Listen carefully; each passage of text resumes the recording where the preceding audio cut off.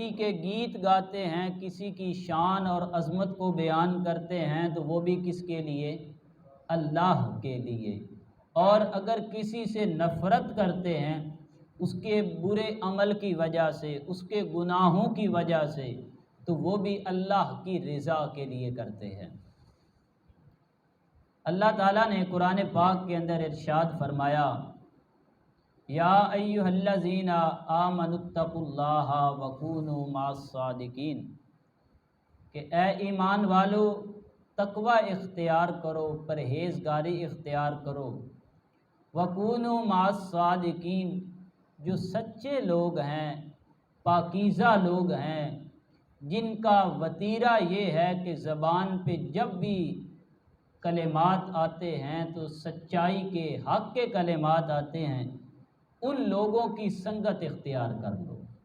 ان کے پاس بیٹھنا اٹھنا تمہارا ہو جائے، تو جب یہ تمہارا عمل شروع ہو جائے گا تو اللہ تعالیٰ تجھے ان کا رنگ عطا کر دے گا، اللہ ان کا تجھے فیض عطا کرے گا۔ اور فیض ملتا ہی تب ہے جب بندہ کسی کی صحبت میں بیٹھتا ہے، کسی کے قرب میں جاتا ہے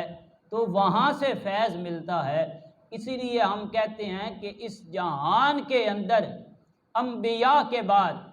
خاص فرشتوں کے بعد، اس امت میں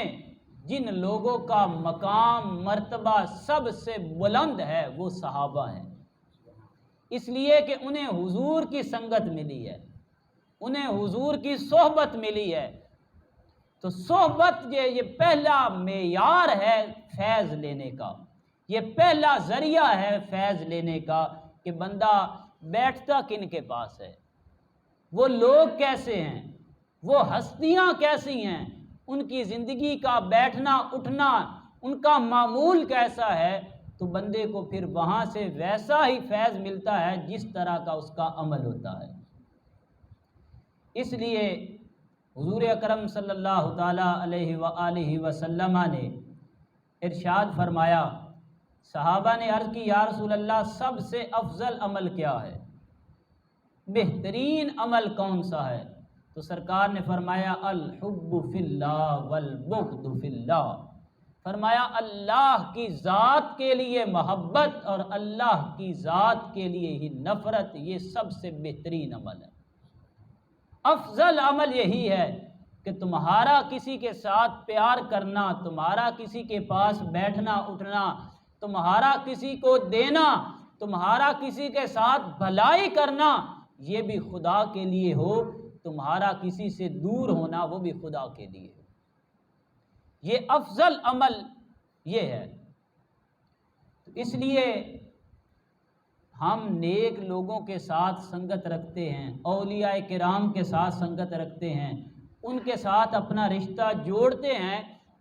تاکہ اللہ تعالیٰ ان کا فیض ہمیں بھی عطا کرے۔ حضور اکرم صلی اللہ تعالیٰ علیہ وآلہ وسلم نے ارشاد فرمایا کہ جو نیک بندے ہیں، اللہ کا ذکر کرنے والے ہیں، اللہ کی یاد میں ہر وقت وہ ماہو مستغرق ہیں، اس یاد میں رہنے والے لوگ اتنے خوش بخت ہوتے ہیں۔ اگر کوئی گناہ گار بندہ، سیاہ کار بندہ، گناہوں کی دلدل میں پھنسا ہوا بندہ ان کی مجلس میں چلا جائے، ان کی محفل میں چلا جائے، ان کے پاس بیٹھ جائے، اللہ کریم اس بندے کے بخت کو اجاگر کر دیتا ہے، اللہ اس بندے کے گناہوں کو بھی معاف کر دیتا ہے اور اسے خوش بخت بنا دیتا ہے۔ کس لیے کہ یہ ان لوگوں کے پاس آ کے بیٹھا ہے جو خود خوش بخت ہیں، جو اچھے لوگ ہیں، تو اللہ اچھوں کی سنگت کی وجہ سے اس برے بندے کو بھی اچھا بنا دیتا ہے۔ اس لیے یہ سب سے بہترین عمل ہے کہ انسان دیکھے کہ وہ کن لوگوں کی سنگت اختیار کر رہا ہے۔ ہمیں غور و فکر کی ضرورت ہے، اپنی اولاد کو دیکھیں کہ ان کا بیٹھنا اٹھنا کن بچوں کے ساتھ ہے، اپنے آپ کو دیکھیں کہ میرا بیٹھنا اٹھنا کیسے لوگوں کے ساتھ ہے۔ کیا وہ لوگ جو معاشرے کے اندر نفرتیں پھیلا رہے ہیں، وہ لوگ جو ہمارے دلوں سے اللہ اور اس کے رسول کی محبت کو نکال رہے ہیں، صحابہ کی محبت کو نکال رہے ہیں، اہل بیت اطہار کی محبت کو نکال رہے ہیں، کیا ہمارا بیٹھنا اٹھنا ان لوگوں کے ساتھ ہے یا ان لوگوں کے ساتھ ہمارا بیٹھنا اٹھنا ہے؟ ان کے ساتھ ہمارے معاملات ہیں کہ جو لوگ جب بھی بات کرتے ہیں یا خدا کی بات کرتے ہیں یا مصطفیٰ کی بات کرتے ہیں، کن لوگوں کے ساتھ ہمارا بیٹھنا اٹھنا ہے؟ اس لیے نبی رحمت صلی اللہ تعالیٰ علیہ وآلہ وسلم نے ارشاد فرمایا، حدیث پاک کا مفہوم یہ ہے، فرمایا کہ بندہ اپنے دوست کے، اپنے یار کے دین پر ہوتا ہے، اس کے طریقے پر ہوتا ہے، اس کے راستے پر ہوتا ہے۔ تمہیں دیکھنا چاہیے کہ وہ اپنا دوست کون سا بندہ بنا رہا ہے، وہ کیسا بندہ دوست بنا رہا ہے۔ کیا وہ چور تو نہیں ہے؟ کیا وہ ڈکیٹ تو نہیں ہے؟ کیا وہ لوگوں کا حق کھانے والا تو نہیں ہے؟ کیا وہ سود کھانے والا تو نہیں ہے؟ کیا وہ حرام کھانے والا تو نہیں ہے؟ کیا وہ غلط راستے کا راہی تو نہیں ہے؟ اگر تیرا وہ دوست ہے تو تو بھی اسی راستے پہ چلنا شروع ہو جائے گا۔ اس سے اپنی دوستی توڑ، ان لوگوں کے ساتھ اپنی دوستی بنا جن کا طریقہ یہ ہے کہ اذان ہوتی ہے وہ مسجد میں آ جاتے ہیں، وہ رب کا قرآن کھول کے پڑھتے ہیں، وہ جب بھی زبان سے بات کرتے ہیں تو خیر کی بات کرتے ہیں، بھلائی کی بات کرتے ہیں۔ ان لوگوں کے ساتھ جب تیرا بیٹھنا اٹھنا ہو جائے گا تو بھی نمازی بن جائے گا، تو بھی قرآن پڑھنے والا بن جائے گا، اللہ تیرے اوپر ایسا کرم فرمائے گا، پھر کیا کیفیت بن جائے گی، تو اللہ کے قرب میں آ جائے گا، اللہ کے نزدیک ہو جائے گا۔ نبی رحمت صلی اللہ تعالیٰ علیہ وآلہ وسلم نے ان لوگوں کی نشانیاں بتائی ہیں کہ جو بندے اللہ کے قریب ہیں، اللہ کے ولی ہیں کون؟ ہمارا معیار اور ہے، ہم وہ سمجھتے ہیں کہ جو کرامتیں دکھائے، جو مٹی کے ڈھیلے کو سونا بنائے ہم اسے ولی کہتے ہیں، جو پرواز کر کے دکھائے ہم اسے ولی کہنا شروع کر دیتے ہیں، جو ایک بار الفاظ کہے اور وہ کہیں نہ کہیں پورے ہو جائیں تو ہم اسے ولی کہنا شروع کر دیتے ہیں، چاہے اس کے پلے نماز ہے یا نہیں ہے، چاہے وہ سنت پہ عمل کرنے والا ہے یا نہیں ہے، ہم اسے ولی اللہ کا درجہ دے دیتے ہیں، اسے پیر طریقت رہبر شریعت بنا دیتے ہیں۔ لیکن میرے آقا کریم صلی اللہ تعالیٰ علیہ وآلہ وسلم نے ہمیں ولی کی نشانی کون سی بتائی؟ فرمایا الا انبئکم بخیارکم، فرمایا میں تمہیں ان لوگوں کے بارے میں نہ بتاؤں جو اللہ کو بڑے پسند ہیں، جو اللہ کے پیارے ہیں، وہ کون سے لوگ ہیں؟ قالوا بلا، صحابہ نے عرض کی یا رسول اللہ بتائیں، وہ کون سے خوش نصیب ہیں جن سے خدا پیار کرتا ہے، اللہ جن سے محبت کرتا ہے، وہ کون سے بندے ہیں؟ میرے آقا کریم کا جواب سنیں، سرکار دو عالم صلی اللہ تعالیٰ علیہ وآلہ وسلم نے فرمایا وہ بندے کون ہیں؟ فرمایا اذا رؤوا ذکر اللہ، فرمایا جب ان کو دیکھا جائے تو خدا یاد آ جاتا ہے، آپ ان کے قریب بیٹھے تو آپ کا دل نیکی کرنے کو کرتا ہے، آپ کا دل چاہتا ہے کہ میں نماز پڑھوں، آپ کا دل چاہتا ہے کہ میں بھلائی کے راستے پہ چلوں، میں حرام خوری سے پیچھے ہٹ جاؤں، میرے پیٹ میں لقمہ جائے، میرے بطن میں لقمہ جائے تو حلال کا جائے، آپ کی یہ کیفیت بن جائے تو سمجھ لینا یہ اللہ کا نیک بندہ ہے، جس کی بات سن کے آپ کا دل کرے کہ میں نماز پڑھوں، میں نیکی کے راستے پہ چلوں، میں اچھے لوگوں کی سنگت میں بیٹھنا شروع کر دوں، میں حقداروں کو حق دوں، اپنے گھر والوں کے ساتھ اچھا سلوک کروں، اپنی اولاد کی اچھی تربیت کروں۔ جب تو اس بندے کے پاس بیٹھے گا تیری کیفیت بدل جائے گی، تیرا دل جو ہے اس سے زنگ جو ہے اترنا شروع ہو جائے گا، تیرا دل صاف ہو جائے گا۔ ایک جگہ پہ میں نے پڑھا حضور اکرم صلی اللہ تعالیٰ علیہ وآلہ وسلم نے ارشاد فرمایا کہ جو بندہ میری ذات کے اوپر درود پڑھتا ہے نا، کثرت سے پڑھتا ہے، اللہ اس کے دل کو صاف کر دیتا ہے۔ اس طرح فرمایا نا کہ الا بذکر اللہ تطمئن القلوب، دلوں کا سکون جو ہے وہ تو خدا کے ذکر کے ساتھ ہے، اللہ کا ذکر کرنا، اللہ کے پیاروں کا ذکر کرنا، اس کے ساتھ بندے کے دل کو سکون ملتا ہے۔ پھر فرمایا کہ ہر چیز کے زنگ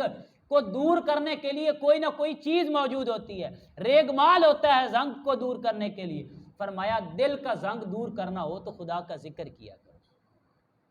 اللہ کا نام لیا کرو، اللہ کے نام کی مالا جپی کرو، تو اللہ تمہارے دل کا زنگ دور کر دے گا۔ تو یہ نیک لوگوں کے پاس ہم اس لیے بیٹھتے ہیں، ان کی سنگت اسی لیے اپناتے ہیں کہ وہ ہمیں خدا کا ذکر کرواتے ہیں، وہ ہمیں نماز کا حکم دیتے ہیں، وہ ہمیں اچھائی کے راستے پہ لگاتے ہیں۔ تو جب بندہ نیکی کرتا ہے تو اس کا دل صاف ہونا شروع ہو جاتا ہے۔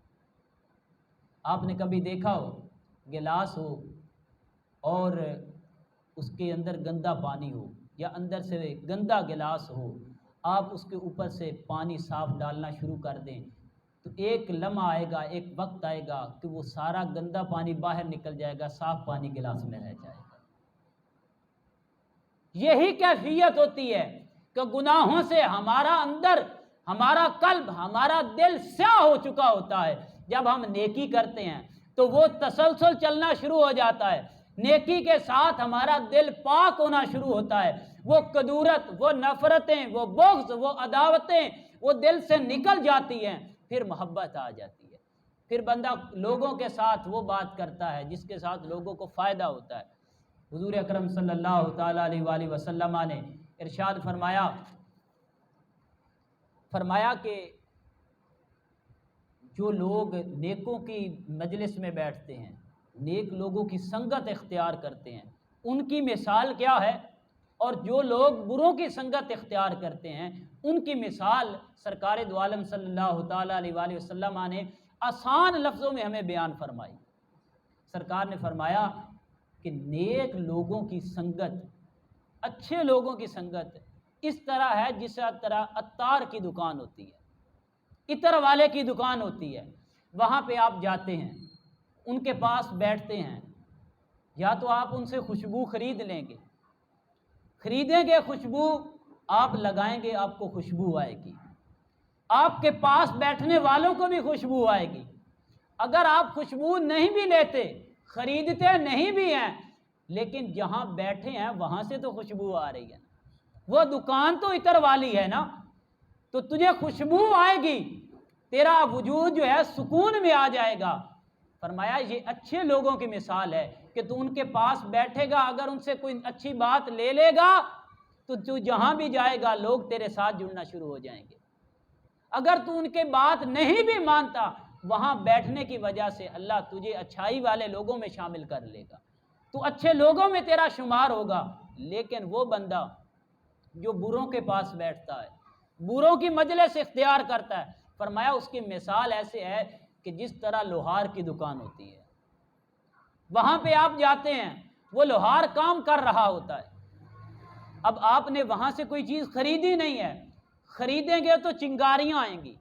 خریدیں گے تو کوئلہ ملے گا، خریدیں گے تو وہ چیز ملے گی جو آپ کو بھی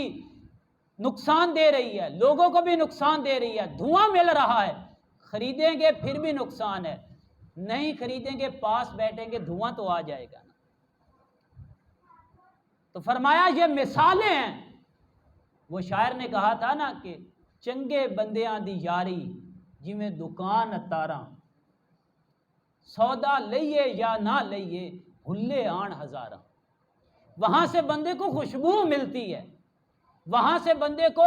اچھائی ملتی ہے، اور برے لوگوں کے پاس بیٹھیں گے تو پھر آپ کو وہ چیز نہیں ملے گی۔ اس لیے نبی رحمت صلی اللہ تعالیٰ علیہ وآلہ وسلم نے اولاد کے حوالے سے کیا ارشاد فرمایا جب بچہ پیدا ہو جائے، ماں باپ کا پہلا حق ہے کہ اس کا اچھا نام رکھیں، اس کا اچھا نام رکھیں، کیونکہ اچھا نام جو ہے یہ اس کی شخصیت پہ بڑا اثر انداز ہوتا ہے،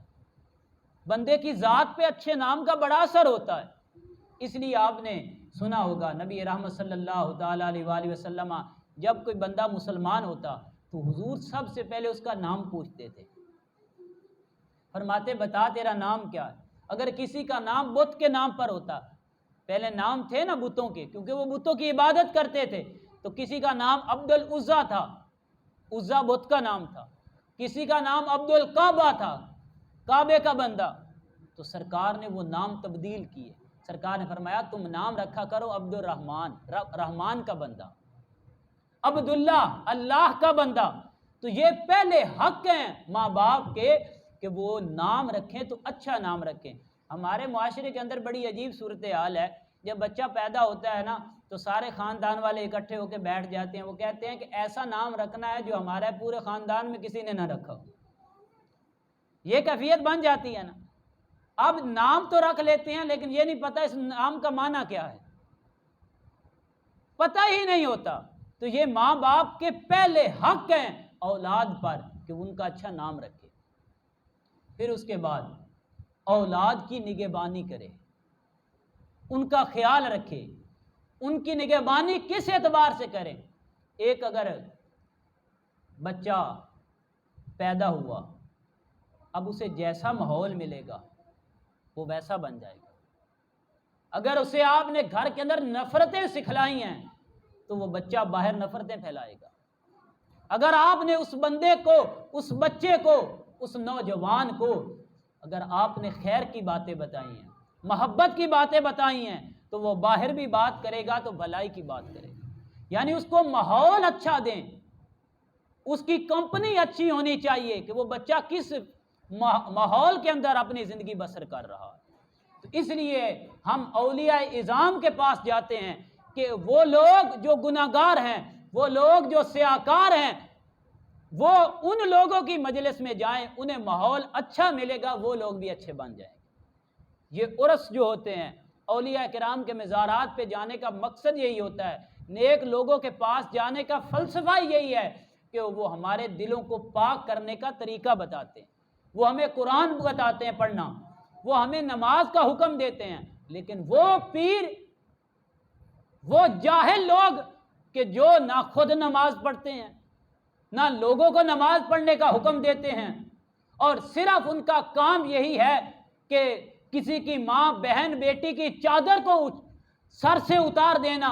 ان کو بے پردہ کرنا، ایسے لوگوں کے پاس جانے کی کوئی ضرورت نہیں ہے، بلکہ آپ ان لوگوں کے پاس جائیں جو نماز کے پابند ہیں، جو شرم و حیا کے پیکر ہیں، وہ لوگ جو سیرت مصطفیٰ کو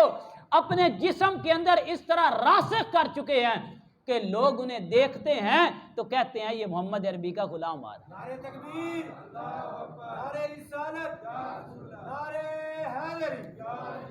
تو اس لیے یہ یاد رکھیں کہ ہر بندہ غلط نہیں ہوتا۔ ہمارے معاشرے کے اندر جعلی نوٹ آئے ہیں کہ نہیں؟ ہے نا؟ تو کیا ہم نوٹ کے خرید و فروخت بند کر دیتے ہیں؟ بلکہ نہیں، ہم بتاتے ہیں کہ بھائی نوٹ کی پہچان کرو کہ اصلی کون سا ہے، نقلی کون سا ہے۔ اس کے لیے زاویے بتاتے ہیں، اسے بتاتے ہیں کہ یہ نشانی اچھے نوٹ کی ہے، یہ نشانی برے نوٹ کی ہے، یہ جعلی نوٹ کی نشانی ہے۔ جب قرآن اور حدیث میں اللہ کے نیک بندوں کی نشانیاں موجود ہیں، اللہ کے نیک بندوں کا زندگی کا عمل موجود ہے کہ ان کا طریقہ کیا ہوتا ہے، ان کا بیٹھنا اٹھنا کس طرح کا ہوتا ہے، جب ہم اپنے بچوں کو وہ نشانیاں بتائیں گے پھر وہ جاہل پیروں کے پاس نہیں جائیں گے، پھر وہ برے لوگوں کے پاس نہیں جائیں گے، وہ ان لوگوں کے پاس جا کر نہیں بیٹھیں گے۔ تو قرآن نے ان لوگوں کی کیا نشانیاں بیان کی؟ فرمایا وَعِبَادُ الرَّحْمَٰنِ الَّذِينَ يَمْشُونَ عَلَى الْأَرْضِ هَوْنًا، فرمایا وہ بندے رحمان کے ایسے پیارے بندے ہیں جب زمین پہ چلتے ہیں تو اکڑ کر نہیں چلتے،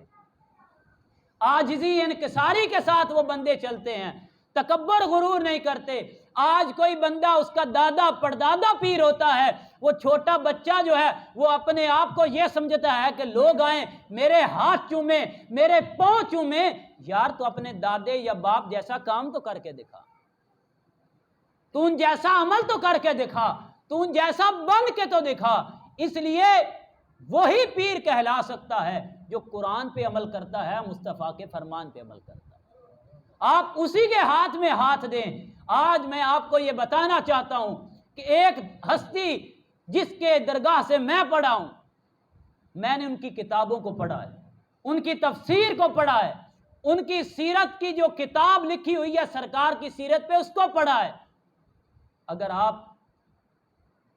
تھوڑا سا بھی اس چیز کا مطالعہ کر لیں، اس چیز کو پڑھ لیں۔ میں پورے یقین سے کہتا ہوں آج میں آپ میں سے کوئی بندہ جائے بازار، وہ جا کر ضیاء القرآن لے لے، تفسیر قرآن پاک کی، وہ جا کر ضیاء النبی شریف لے لے، اور ضیاء النبی شریف خصوصاً اس کی 5ویں جلد وہ بندہ جیسے پڑھتا رہے گا وہ یہ سمجھے گا کہ میں گنبد خضرا کے نیچے پڑھ رہا ہوں۔ اس کے دل میں ایسی محبت پیدا ہو جائے گی۔ یہ نیک بندوں کی نشانیاں ہیں کہ ان کے پاس بیٹھنے سے بھی فیض ملتا ہے، ان کے الفاظ سے بھی فیض ملتا ہے، ان کی تحریروں سے بھی بندے کو فیض ملتا ہے، ان کی تقریر سے بندے کے دل کی دنیا بدل جاتی ہے، ان کی تحریر سے بندے کے دل کی دنیا بدل جاتی ہے۔ اس لیے نیک لوگوں کی سنگت اختیار کریں۔ حضور اکرم صلی اللہ تعالیٰ علیہ وآلہ وسلم آپ نے ارشاد فرمایا کہ وہ بندے، فرمایا اللہ تعالیٰ فرماتا ہے کہ جو بندے صرف میری ذات کی خاطر ایک دوسرے سے ملتے جلتے ہیں، میری ذات کی خاطر ایک دوسرے سے پیار کرتے ہیں، میرے لیے ہی وہ ایک دوسرے سے محبت کرتے ہیں، ان کا ایک دوسرے کے پاس آنا جانا بھی میرے لیے ہو، ایک دوسرے پہ اگر خرچ کرتے ہیں تو وہ بھی مجھے راضی کرنے کے لیے کرتے ہیں، فرمایا اللہ کہتا ہے میری محبت ان پر لازم ہو گئی، میں ان سے بڑا پیار کرتا ہوں۔ لیکن وہ بندے کہ جو میرے لیے کام نہیں کرتے، میرے لیے ایک دوسرے سے محبت نہیں کرتے، میرے لیے وہ خرچ نہیں کرتے، بلکہ کیا فرمایا اگر کوئی بندہ من صلی یرائی، اگر کوئی بندہ نماز اس لیے پڑھتا ہے کہ لوگ اسے نمازی کہیں، لوگوں کو دکھانے کے لیے نماز پڑھتا ہے، فرمایا ومن صام یرائی، وہ بندہ جو روزہ اس لیے رکھتا ہے کہ لوگ مجھے روزے دار کہیں، لوگ مجھے عبادت گزار کہیں، ومن تصدق یرائی، فرمایا وہ بندہ جو اس وجہ سے صدقہ کرتا ہے، اس وجہ سے خیرات کرتا ہے کہ لوگ مجھے بڑا سخی کہیں، لوگوں کو دکھانے کے لیے کرتا ہے، فرمایا فقد اشرک، وہ بندہ مشرک ہو گیا، اس بندے نے شرک کیا کہ تو نے یہ کام کس کے لیے کیا۔ بندہ سوچے نا یہ جو رزق دیا تھا بندوں نے دیا تھا یا خدا نے دیا تھا، یہ جو تجھے جان دی تھی بندوں نے دی تھی یا خدا نے دی تھی، یہ تجھے صحت عطا ہوئی ہے یہ بندے نے دی ہے یا خدا نے دی ہے۔ یار جس کی دی ہوئی چیز ہے اسی کے نام پہ خرچ ہونی چاہیے، جس کا دیا ہوا ہے اسی کے لیے ہی خرچ کرنا چاہیے۔ اس لیے ہم کہتے ہیں کہ حضرت امام علی مقام نے کسی اور کے لیے اپنی جان نہیں دی، اپنے ساتھیوں کی کسی اور کے لیے جان نہیں دی، بلکہ جس کی جان دی ہوئی تھی اسی کے نام پہ قربان کیا، اسی کے لیے اپنے آپ کو پیش کیا ہے، اسی کے نام پہ اپنی جان کا نذرانہ پیش کیا ہے۔ اس لیے حضور اکرم صلی اللہ تعالیٰ علیہ وآلہ وسلم نے فرمایا کہ وہ بندے دنیا کے اندر لو انا عبدین تحابا فی اللہ، فرمایا وہ بندے جو دنیا میں دو بندے ہوں ایسے کہ جو دنیا میں ایک دوسرے سے اس لیے پیار کرتے ہیں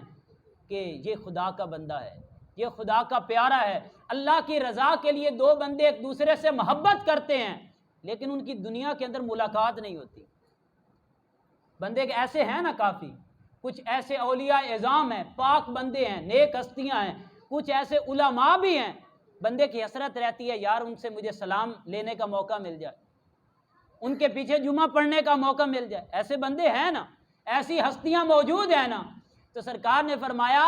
کہ اگر دو بندے اللہ کے لیے دنیا کے اندر محبت کرتے ہوں گے اور ان کی دنیا کے اندر ملاقات نہیں ہوئی کسی وجہ سے، فرمایا چاہے ایک بندہ مشرق میں رہتا ہو ایک مغرب میں رہتا ہو، لجمع اللہ بینہما یوم القیامہ، اللہ قیامت والے دن ان کو اکٹھا کر دے گا،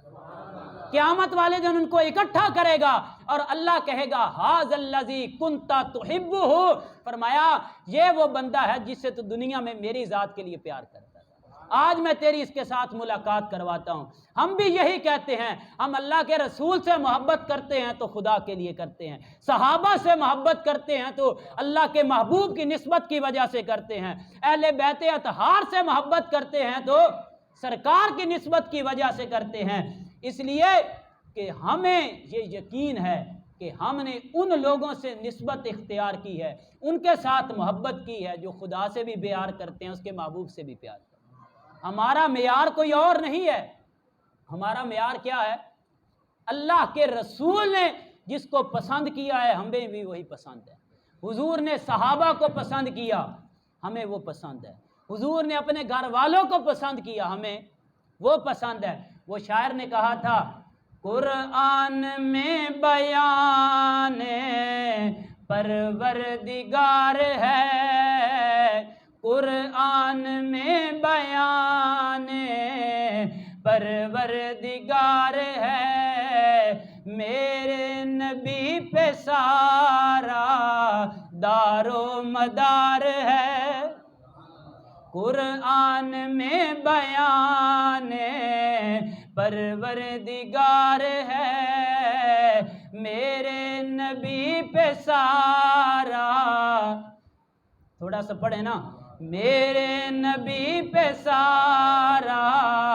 دار و مدار ہے، میرے نبی پہ سارا،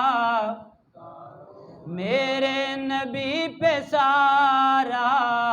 دار و مدار ہے۔ ہم اگر صحابہ کو مانتے ہیں تو مصطفیٰ کی وجہ سے، اہل بیت اطہار کا ادب کرتے ہیں تو مصطفیٰ کی وجہ سے، کسی اہل اللہ کے قدم کے پاس جاتے ہیں، ان کی درگاہ پہ جاتے ہیں، ان کے آستانے پہ جاتے ہیں تو وہ اللہ اور اس کے رسول کی وجہ سے جاتے ہیں، اس وجہ سے کہ وہ بندے خدا کے پیارے ہیں، اللہ کے محبوب کے پیارے ہیں۔ اس لیے شاعر نے کہا میرے نبی پہ سارا دار و مدار ہے، میرے نبی پہ سارا، تیری وجہ سے مانا تیرے صحابیوں کو، تیری وجہ سے مانا تیرے صحابیوں کو، طاہر تیرا گھرانہ دل کا قرار ہے، طاہر تیرا گھرانہ دل کا قرار ہے، تیری عائشہ ہے زوجہ، تیری عائشہ ہے زوجہ، تیری فاطمہ ہے بیٹی، تیری عائشہ ہے زوجہ، تیری فاطمہ ہے بیٹی، ایک تیرے تن کا ٹکڑا ایک رازدار ہے، ایک تیرے تن کا ٹکڑا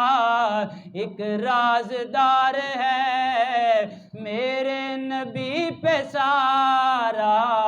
دار و مدار ہے۔ ہم اگر کسی کا احترام کرتے ہیں تو کس وجہ سے؟ اللہ کے محبوب کی نسبت کی وجہ سے۔ ہم خون رسول کا احترام کرتے ہیں تو حضور کی وجہ سے۔ بھائی یہ بات یاد رکھیں، سرکار دو عالم صلی اللہ تعالیٰ علیہ وآلہ وسلم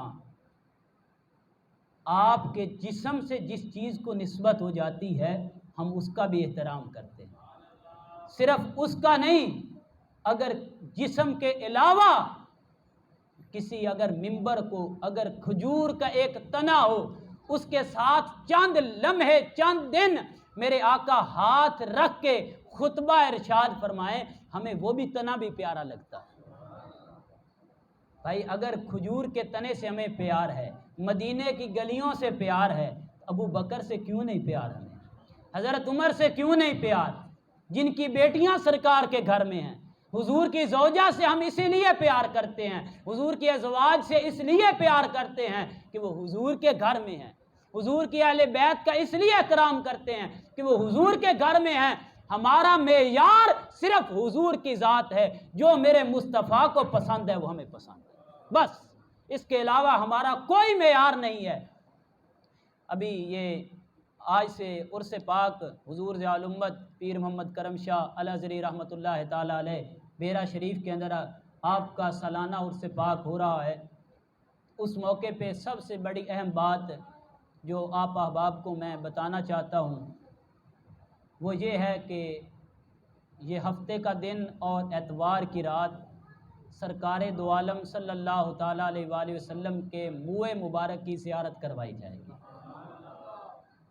پیر صاحب کو وہ تحفہ ملا ہے سرکار کا منہ مبارک، اس کی زیارت کروائی جائے گی، کوشش کریں زیارت کریں، یہ لمحے بار بار نہیں ملتے، اور یہ ایسی سوغات ہے جو کسی کسی کے مقدر میں آتی ہے، یہ بڑے مقدر کی باتیں ہیں۔ اور حضور اکرم صلی اللہ تعالیٰ علیہ وآلہ وسلم کے منہ مبارک کی جو برکات ہیں، دو حدیثیں میں پیش کر دیتا ہوں۔ سرکار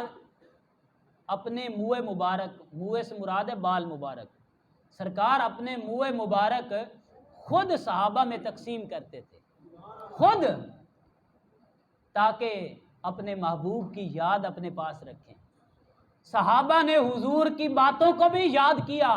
اسے حدیث کا رتبہ مل گیا، حضور کے وجود سے اگر کوئی جبہ مس ہوا کسی نے وہ سنبھال کے رکھ لیا، کسی کو بال ملے وہ سنبھال کے رکھ لیے، کسی کو چارپائی ملی اس نے وہ سنبھال کے رکھ لی۔ اب ان کے برکات کیا ہیں، ان کا فیض کیا ہے؟ حضرت ام سلمہ رضی اللہ تعالی عنہ فرماتی ہیں کہ میرے پاس میرے مدنی کریم کے منہ مبارک تھے، میں نے ان کو لیا، ان کو میں نے ایک ڈبیا کے اندر بند کر کے رکھا، کیونکہ جس کی نسبت سرکار سے ہوتی ہے اس کا احترام بھی کیا جاتا ہے۔ ان کو میں نے سنبھال کے رکھا، ان کو مروڑا نہیں، ان کو اس طرح اکٹھا نہیں کیا، بالوں کو سیدھا ہی رکھا، ڈبیا کے اندر بند کر کے رکھا۔ مدینے کے اندر جو بھی ایسا بیمار جس کو کہیں سے بھی شفا نہیں ملتی تھی، لوگ اسے میرے گھر لے کے آتے تھے، میں اسے پانی میں ان بالوں کو، ان منہ مبارک کو پانی کے اندر گھول کے پانی پلاتی تھی، اللہ شفا عطا کر دے۔ یہ سرکار کے منہ مبارک کی برکات ہیں۔ اور حضرت خالد بن ولید رضی اللہ تعالی عنہ جنہیں سیف اللہ کا لقب عطا کیا گیا، وہ فرماتے ہیں کہ سرکار نے حجۃ الوداع کے موقع پر، آخری حج کے موقع پر سرکار نے جب حلق کروایا، اپنے بال ترشوائے، تو سرکار کی پیشانی کے جو بال تھے وہ میرے حصے میں آئے، وہ مجھے ملے۔ اور سرکار کا طریقہ بھی سنیں، حضور درمیان سے چیر نکالتے تھے، مانگ، درمیان سے مانگ نکالنا میرے مصطفیٰ کی سنت ہے۔ آج سے ایک تہیہ کر لے کہ ہم سرکار کی یہ سنت اپنائیں گے۔ کنگھی تو ہر کسی نے کرنی ہوتی ہے، وہ سرکار کی سنت اپنائے گا، اللہ اس پہ رحمتیں برسانا شروع کر دے گا، سرکار کا اسے فیض ملے گا۔ حضرت خالد بن ولید رضی اللہ تعالیٰ عنہ فرماتے ہیں وہ جو سرکار کے بال ملے تھے نا، تو وہ جس کے بال تھے، پھر میں نے ان بالوں کو اپنا تاج بنا لیا، میں نے اسے اپنی ٹوپی کے اندر سی لیا، اور سرکار کے بالوں کی برکت سے میں جس جنگ میں بھی جاتا تھا اللہ مجھے فتح عطا کرتا تھا۔